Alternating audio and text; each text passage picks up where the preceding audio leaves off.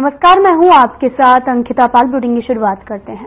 राजधानी देहरादून में बढ़ते ट्रैफिक के दबाव और पार्किंग की समस्या को लेकर नए जिलाधिकारी सविन बंसल ने देहरादून नगर निगम परिसर में मल्टी स्टोरी सार्वजनिक पार्किंग बनाने का प्रस्ताव रखा है, लेकिन देहरादून जिलाधिकारी सविन बंसल के इस प्रस्ताव से दून के पूर्व मेयर और धर्मपुर सीट से बीजेपी विधायक विनोद चमोली नाराज हो गए हैं।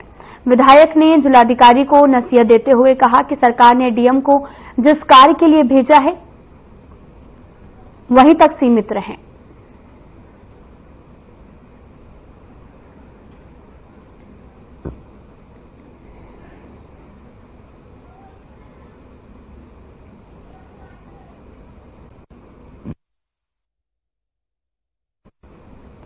आपको बताते चले कि पार्किंग की समस्या एक बड़ी समस्या बन के उभरी है, जहां पर डीएम ने सुझाव दिए हैं। बीजेपी विधायक ने नाराजगी भी जताई है।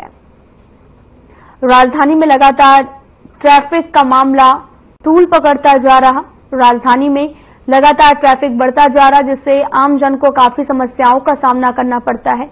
आए दिन लोग घंटों जाम में फंसे रहते हैं और बीजेपी विधायक ने इस पर नाराजगी भी व्यक्त की। तो वहीं दूसरी तरफ पार्किंग की समस्या पर डीएम का सुझाव भी आया है।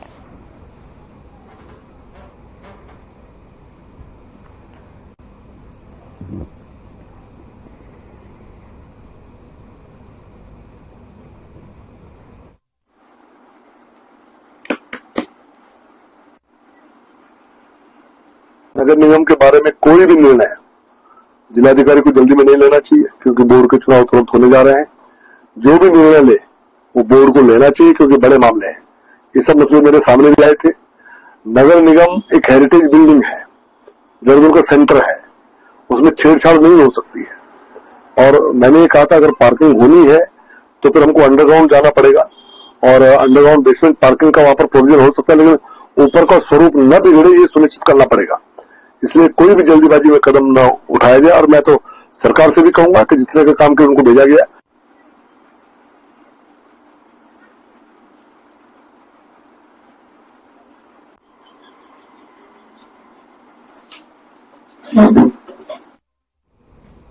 बड़ी खबर हल्द्वानी से आ रही है, जहां पर मौसम विभाग ने अलर्ट जारी किया है। 12 और 13 सितंबर को अलर्ट जारी किया गया। 1 से 12 तक के शैक्षणिक संस्थान बंद करने के निर्देश। बड़ी खबर, आंगनबाड़ी केंद्र भी बंद करने के निर्देश दिए गए। डीएम वंदना सिंह ने जारी किए हैं आदेश। बड़ी खबर इस वक्त की टीवी स्क्रीन पर, जहां पर आंगनबाड़ी केंद्र को बंद करने के निर्देश दिए गए हैं। डीएम वंदना सिंह ने ये आदेश को जारी किया है। बड़ी खबर हल्द्वानी से, मौसम विभाग ने अलर्ट जारी किया। तो 12 और 13 सितंबर को यह अलर्ट जारी किया गया है। इस दौरान 1 से 12 तक के शैक्षणिक संस्थान को बंद करने के आदेश दिए हैं। डीएम ने आदेश दिए हैं। डीएम वंदना सिंह ने आदेश को जारी किया है। बड़ी खबर हल्द्वानी से, आपको बताते चले कि मौसम विभाग ने अलर्ट जारी किया है और इस दौरान 12-13 सितंबर को यह अलर्ट जारी किया गया, जिस दौरान 1 से लेकर 12 तक के जो बंद है शैक्षणिक संस्थान वो बंद कर दिए गए हैं। डीएम वंदना सिंह ने यह आदेश जारी किया है।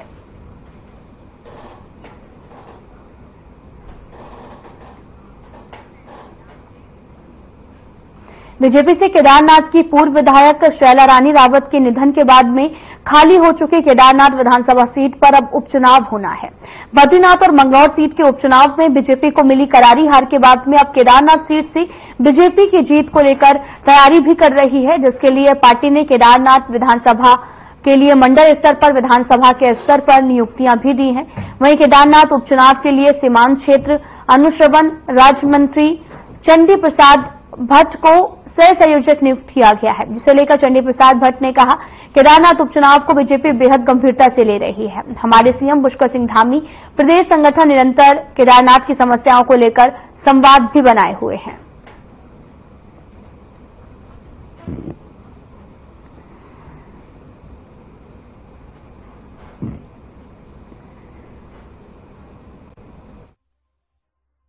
केदारनाथ क्षेत्र में अब उपचुनाव होने जा रहे हैं, जैसा कि आप सब जानते हैं।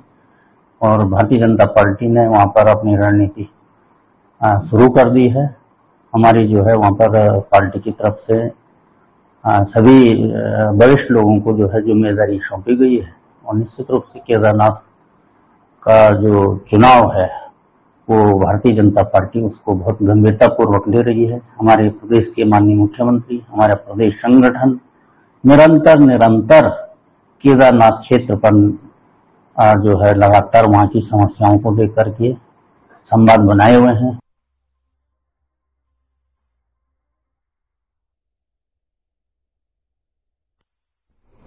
उत्तराखंड में सरकारी नौकरी की राह देख रहे युवाओं के लिए खुशखबरी है।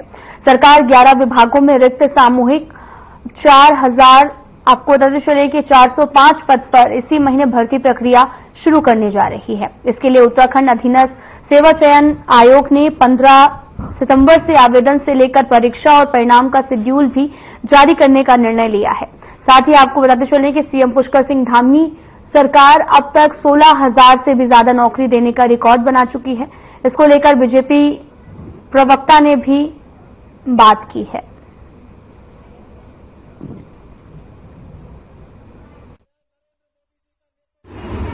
जी बिल्कुल, देखिए राज्य में बेरोजगार युवाओं को नौकरी देने के लिए जितना भी एफर्ट धाकड़ धामी जी ने किया है, मैं कहूंगी कि 16,000 से ज्यादा हमने नौकरियां दी हैं और लगातार ये भर्तियां जो हैं वो हो रही हैं। मैं राज्य में देखिए 23 साल का इतिहास है कि सबसे ज्यादा नौकरियां देने वाले धाकड़ धामी जी ऐसे मुख्यमंत्री हैं और लगातार वो भर्तियां कर रहे हैं, चाहे यूके SSS की बात हो, चाहे यूके PSC की बात हो, चयन शिक्षा जो बोर्ड है वहां की बात हो, तो लगातार हम लोग नौकरियां युवाओं को दे रहे हैं।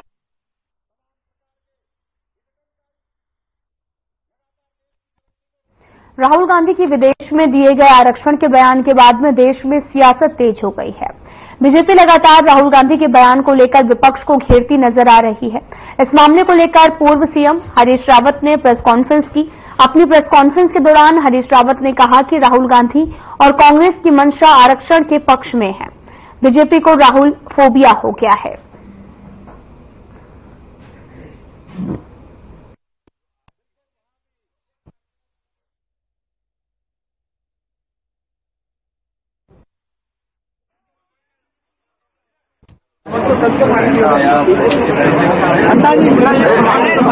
इस विरोधाभास को ढकने के लिए भारतीय जनता पार्टी की पूरी मशीनरी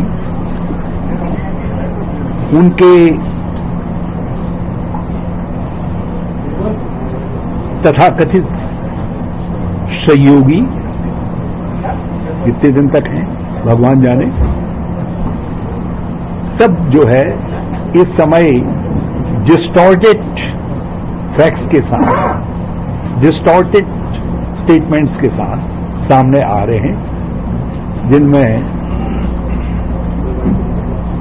जिनमें सुश्री आदरणीय मायावती जी भी सम्मिलित हैं। ये जो आज की शांत मिजाज और अपने व्यवहार से सबको भाने वाले कैबिनेट मंत्री सौरभ बहुगुणा के तल्ख तेवर देखने को मिले हैं। दरअसल ये पहला मामला है जब धामी कैबिनेट के सबसे युवा मंत्री ने अपने विभाग के अधिकारियों को खरी खोटी सुनाने का काम किया है। प्रशिक्षण एवं सेवा योजना विभाग में कैबिनेट मंत्री सौरभ बहुगुणा को बिना बताए तबादले और साथ ही अटैचमेंट का खेल चल रहा है, जिसको लेकर विभाग के अधिकारी मनमानी तरीके से ये सब कर रहे हैं। कैबिनेट मंत्री सौरभ बहुगुणा ने इस पर कड़ी नाराजगी जताते हुए विभागीय अधिकारियों को भविष्य में इसे बाहर जाने की हिदायत दी है। पत्र पर कांग्रेस की तरफ से प्रतिक्रिया आई है। कांग्रेस के प्रदेश उपाध्यक्ष मथुरा दत्त जोशी का भी कहना है कि ये बहुत बड़ा ही दुर्भाग्य है कि विभाग में जो कुछ हो रहा है उसका पता विभागीय मंत्री को नहीं है। इससे यह भी साबित होता है कि विभागीय मंत्री की पकड़ विभाग पर नहीं है।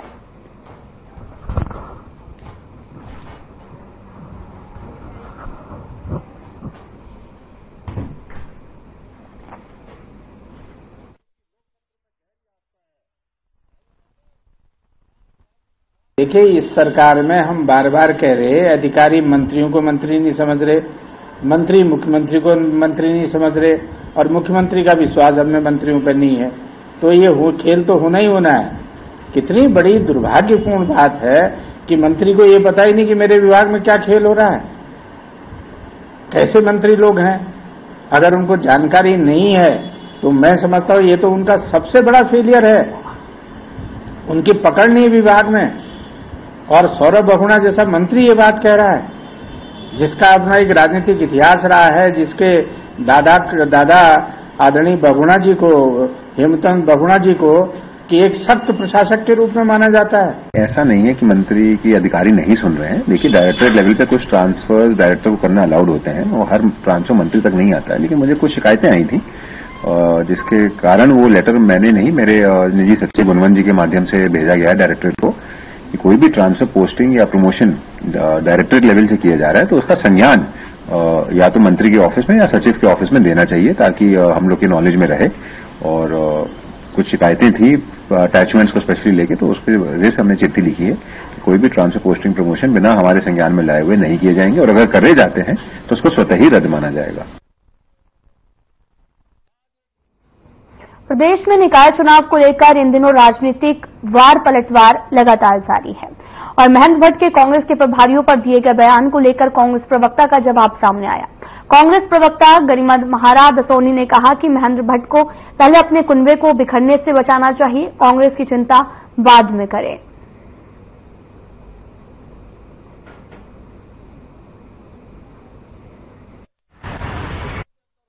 हाँ, बिल्कुल महेंद्र भट्ट जी से मैं कहना चाहती हूँ कि हमारे वहाँ प्रभारी और सह प्रभारी आते हैं और सब एकता या एकजुटता एक मंच पर दिखाई पड़ती है, लेकिन आपके वहाँ जो लोग आ रहे हैं या आप जिस तरह से बद्रीनाथ भी नहीं बचा पाए, तो ऐसे में तो निश्चित रूप से आपके ऊपर भी सवालिया निशान होना चाहिए कि बद्रीनाथ में जो उपचुनाव हुआ उसके बाद जो पार्टी में सिर्फ उटव्वल मचा हुआ है, जिस तरह से पूर्व मुख्यमंत्रियों ने मोर्चा खोला हुआ है मुख्यमंत्री के और आपके खिलाफ, उसको नहीं संभाल पा रहे हैं आप। के राजनीतिक इतिहास में कभी बीजेपी तो कभी कांग्रेस सत्ता पर काबिज रही है, लेकिन राज्य गठन में बेहद महत्वपूर्ण योगदान देने वाले क्षेत्रीय दल यूकेडी कभी भी अपनी सरकार उत्तराखंड में नहीं बना पाया है। और हालांकि 2027 के विधानसभा चुनाव को लेकर उत्तराखंड क्रांति दल क्रांति लाने की कोशिश में लगा हुआ है। इसी को लेकर यूकेडी के केंद्रीय महामंत्री संगठन कर्नल सुनील कोटनाला का बयान सामने आया है। इस बार विधानसभा चुनाव के लिए पार्टी के सभी कार्यकर्ताओं को ग्राउंड लेवल पर जाकर यूकेडी की विचारधाराओं को जनता तक पहुंचाने के लिए प्रेरित किया जाएगा।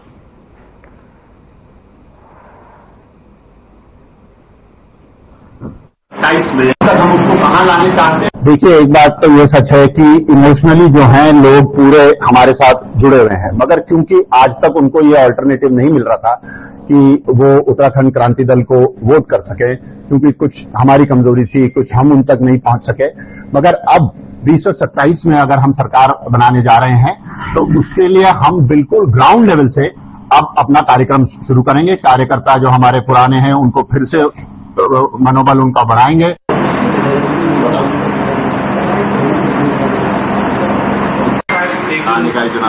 एक नया जो रोड मैप बनाया आप लोगों ने काम कर 7 का हमारा विजन है कि हम जनता के बीच अपने खोए हुए जनाधार को फिर से प्राप्त करने के लिए उत्तराखंड क्रांति दल जल्द ही स्कूल, कॉलेज, निकाय और पंचायत स्तर पर मुहिम छेड़ने जा रहा है, जहां पर उत्तराखंड क्रांति दल के केंद्रीय संरक्षक डॉक्टर शक्ति शैल कपरवार ने कोटद्वार में मीडिया को दिए गए अपने एक बयान में कहा कि यूकेडी आने वाले दिनों में ग्रास रूट पर दल को मजबूत करने के लिए अभियान छेड़ने जा रहा है।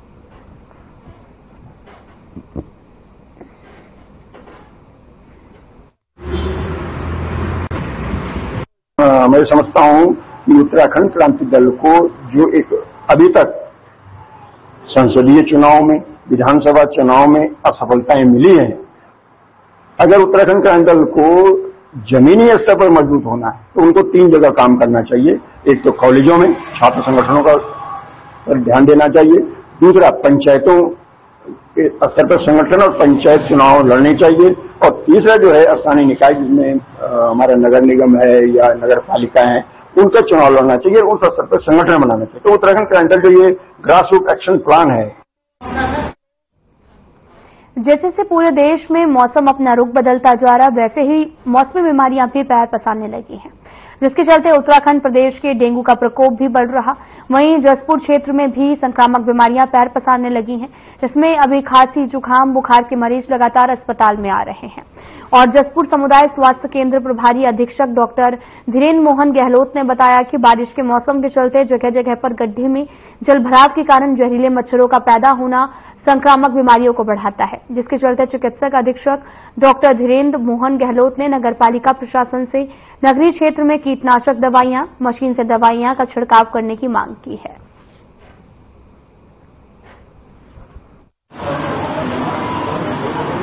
सरकारी अस्पताल सामुदायिक स्वास्थ्य केंद्र जसपुर में वायरल फीवर के, रैसेस के और दस्त के मरीज आ रहे हैं। ये मौसम बदलने से बरसात के बाद क्या होता है, पानी दूषित हो जाता है, तो इस कारण से ये इस तरह की बीमारियां फैलती हैं। बरसात के बाद में डेंगू भी फैलने की संभावना रहती है। तो मैं सभी क्षेत्रवासियों से अपील करूंगा कि वो मच्छरदानी लगाकर रखें सोते समय, और साथ ही पूरे कपड़े पहनें। बच्चों का खासकर बचाव करें, जिससे कि वो डेंगू से बचाव हो सके। देहरादून जिलाधिकारी सविन बंसल ने दून की सफाई व्यवस्था में गड़बड़ी के बाद मुख्य नगर स्वास्थ्य अधिकारी डॉक्टर अविनाश खन्ना से 10 महत्वपूर्ण चार्ज को हटा दिया है। उन्होंने सफाई कार्य की निगरानी से लेकर बिल सत्यापन का काम उप नगर आयुक्त गोपाल राम बिनवाल को सौंप दिया है। और हाल ही में डीएम ने नगर निगम में बैठक लेकर स्पष्ट कहा कि वे लापरवाही बर्दाश्त नहीं करेंगे। उन्होंने डोर टू डोर कूड़ा उठान निगरानी जागरूकता अभियान को लेकर फीडबैक भी लिया है, लेकिन संतोषजनक जवाब नहीं मिला है।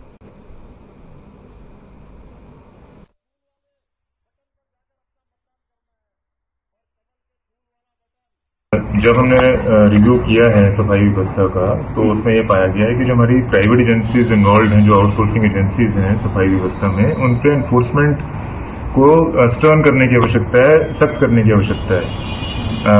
उनके कॉन्ट्रैक्ट एग्रीमेंट की क्लॉजेज ठीक से मैनेज नहीं हो पा रहे थे। As per their contract agreement उनको रूट टनेज, जो हमारी बेड टनेज है, और रूट कवरेज, ये 2 क्राइटेरिया पे उनको हमने 45 दिन की मोहलत दी है। हर एक 15 दिन में ये 2 क्राइटेरिया उनके रिव्यू किए जाएंगे। लालकुआं में आवारा पशुओं का आतंक रोकने के लिए प्रशासन एक्टिव नजर आ रहा है। जिला प्रशासन के निर्देश पर लालकुआं नगर पंचायत के साथ कई विभागों की टीम ने 7 आवारा पशुओं को पकड़कर गौशाला भेज दिया है। लालकुआं नगर पंचायत के अधिशासी अधिकारी राहुल सिंह ने बताया कि 4 टीमें बनाकर इस अभियान की शुरुआत की गई। इसके साथ ही उन्होंने कहा कि सड़कों पर आवारा पशु छोड़ने पर मालिकों की पहचान की जा रही, जिसके बाद में उन पर उचित कार्रवाई भी की जाएगी।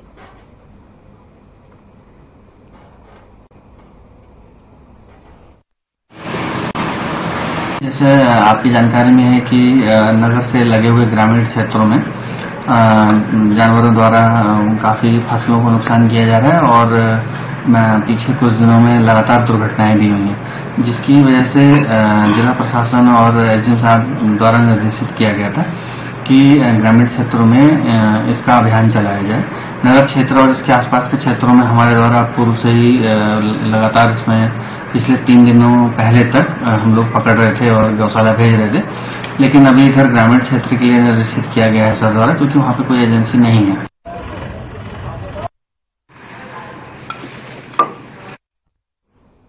खटीमा में सराफा एसोसिएशन गणेश मित्र मंडल महाराष्ट्र द्वारा गणेश महोत्सव के 5वें दिवस पर गणपति बप्पा मूर्ति विसर्जन के अवसर पर भक्तों एवं श्रद्धालुओं ने खटीमा नगर के मुख्य मार्गों से होते हुए शोभा यात्रा निकाली। ढोल नगाड़ों के साथ नृत्य करते हुए जमकर अबीर गुलाल उड़ाया। इस दौरान गणपति बप्पा मौर्य अगले वर्ष तू जल्दी आना के नारों से पूरा खटीमा शहर गूंज उठा है।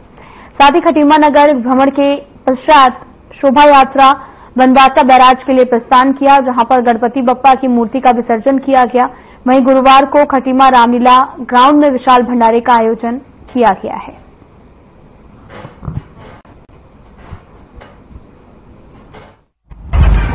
हम लोग पिछले 11 वर्षों से स्थापना कर रहे हैं खटीमा के अंदर, और 5 दिवस का हमारा कार्यक्रम रहता है, जिसमें आज 5वें दिवस पे विसर्जन का कार्यक्रम होता है। इस वर्ष 7 फीट की मूर्ति की स्थापना की गई थी 7 सितंबर को, और आज भव्य शोभा यात्रा के साथ अबीर गुलाल ढोल नगाड़ों के साथ नाचते गाते खुशी से हम लोग गणपति बप्पा का विसर्जन करने बनवासा बैराज तक जाएंगे।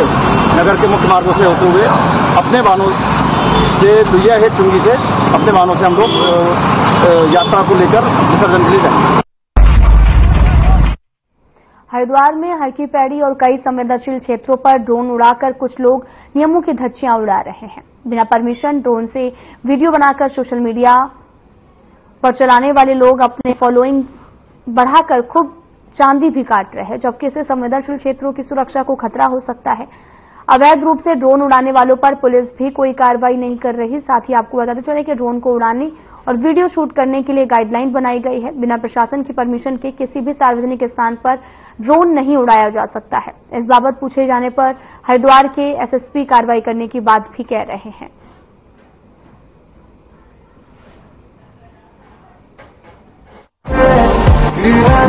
अगर बिना परमिशन के ड्रोन इस तरीके से उड़ाया जा रहा है तो मेरा मानना है आप तत्काल पुलिस को इस संबंध में अवगत कराएं, क्योंकि अगर प्रशासन की या पुलिस की अनुमति के बिना किसी भी प्रतिबंधित क्षेत्र में ड्रोन उड़ाना प्रतिबंधित है और अगर कोई इसका उल्लंघन करता है तो उसके खिलाफ भी कार्रवाई की जाएगी। सोशल मीडिया पे मैंने कहा जो हमारे महत्वपूर्ण जो इंस्टॉलेशंस हैं जहां पर सिक्योरिटी को लेकर लगातार हम लोग कंसर्न रहते हैं, वहां पर किसी भी प्रकार की ऐसी एक्टिविटी बिना अनुमति के नहीं की जानी चाहिए।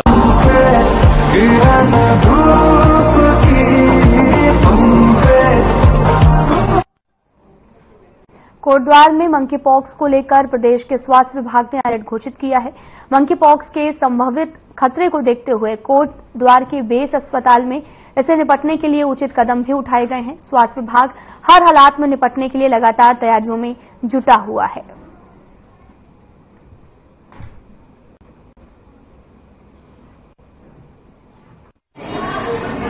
वो पॉपुलर नहीं है और हमारे यहाँ इस तरह कोई केस अभी तक रिपोर्ट नहीं हुआ है, लेकिन जैसे जो शासनादेश जिस तरह जारी हुआ है उसके जो हम लोगों के लिए नोटिसिंग आई है उसके आधार पर हम देख रहे हैं कि अगर कोई इस तरह का केस आएगा तो हम उसके ऊपर कार्रवाई करेंगे, लेकिन अभी तक ऐसी कोई रिपोर्टिंग नहीं है।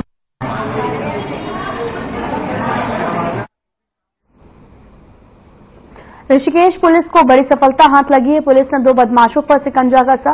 बदमाशों के कब्जे से पुलिस ने सोने की चेन, हथियार बरामद किए हैं। कोतवाल राजेंद्र सिंह खोलिया ने बताया कि चौकी प्रभारी कविन सचवाड़ को खंडहर में छिपे बदमाशों के बारे में सूचना मिली, जिसके बाद पुलिस मौके पर पहुंची और बदमाशों को काबू किया गया है।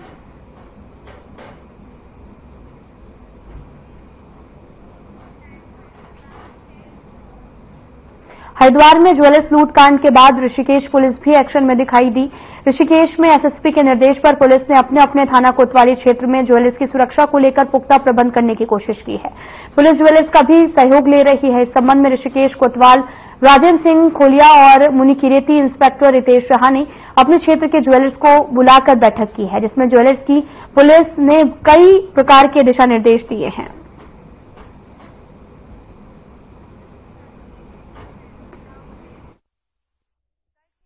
सल्ट क्षेत्रों में बाघ का आतंक बना हुआ है। वन क्षेत्र अधिकारी मोहना गंगासरन और वन विभाग की टीम के साथ तड़म गांव में लगाए गए पिंजरे का आपको बताते चले कि निरीक्षण किया गया और क्षेत्र में गश्त करते हुए ग्रामीणों को मानव वन जीव संघर्ष की रोकथाम हेतु जागरूकता अभियान भी जो है वो चलाया गया है। ग्राम पंचायत तड़म में क्षेत्रों के ग्रामीणों और ग्राम प्रधान वन विभाग टीम के साथ सामूहिक बैठक कर मानव वन्य जीव संघर्ष की रोकथाम हेतु चर्चा की गई। वन विभाग ने तड़म गांव में तेंदुए को पकड़ने के लिए पिंजरा लगाया। उसकी गतिविधि देखने के लिए एक ट्रैप कैमरे में भी लगाए गए। वन क्षेत्र अधिकारी मोहन गंगासरन बताया गया और ग्राम पंचायत तड़म में क्षेत्र के ग्रामीणों और ग्राम प्रधान वन विभाग की समन्वय बैठक आयोजित की गई और गांव में ज्वलंत समस्या है और तेंदुआ तड़म के आसपास के क्षेत्र में घूम रहा। क्षेत्र में वन विभाग टीम लगातार गश्त कर रही। तेंदुए पिंजरे में कैद नहीं हो पा रहा है। आज ये ग्राम सभा तड़म में प्रधान जी ने जो वन विभाग और स्थानीय लोगों के बीच एक मीटिंग समन्वय मीटिंग आयोजित करवाई है और ये बहुत ही ज्वलंत है कि यहाँ समस्या है। तेंदुआ यहाँ घूम रहा है, कई बता रहे हैं 2-3 तेंदुए हैं। इसके लिए विभागीय टीम ने पिंजरा लगा रखा है, गश्त जारी है, लेकिन वो शिकार कर रहा है पालतू जानवरों के, लेकिन पिंजरे में नहीं आ पा रहा है। ये एक समस्या बनी हुई है। बच्चों का स्कूल का भी है और ये जागरूक नागरिक होते हुए गांव के लोग भी बहुत प्रयास कर रहे हैं। इस संबंध में वन विभाग का बहुत सहयोग कर रहे हैं।